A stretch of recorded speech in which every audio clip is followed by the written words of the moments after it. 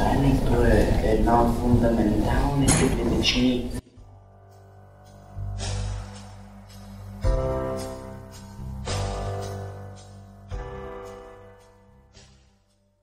Нашето субективно възприятие на времето предполага, че то не е абсолютно. От наша гледна точка, миналото, настоящето и бъдещето се припокриват. Ние винаги създаваме нещо повече от едно безкрайно малко сега. Времето може да се дефинира като рамката, в която се случват промените. Изглежда, че освен това, то има и посока.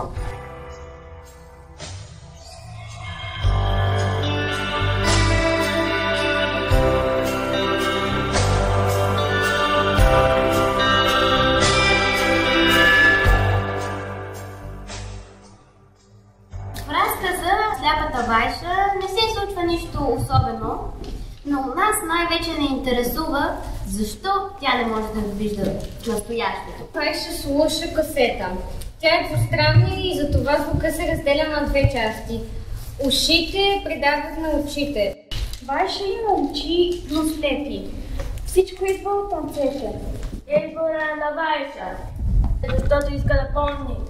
Раждането мисълта. Първо подсъзнателно в мисълта, след това отишло в очите.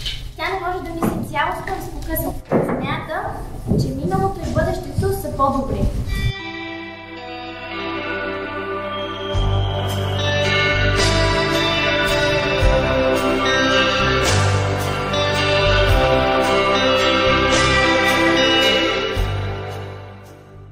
Вайша се е родила с нормално зрение. Проблема обаче не е в нея. Майка й вижда само миналото, а баща й само бъдещето.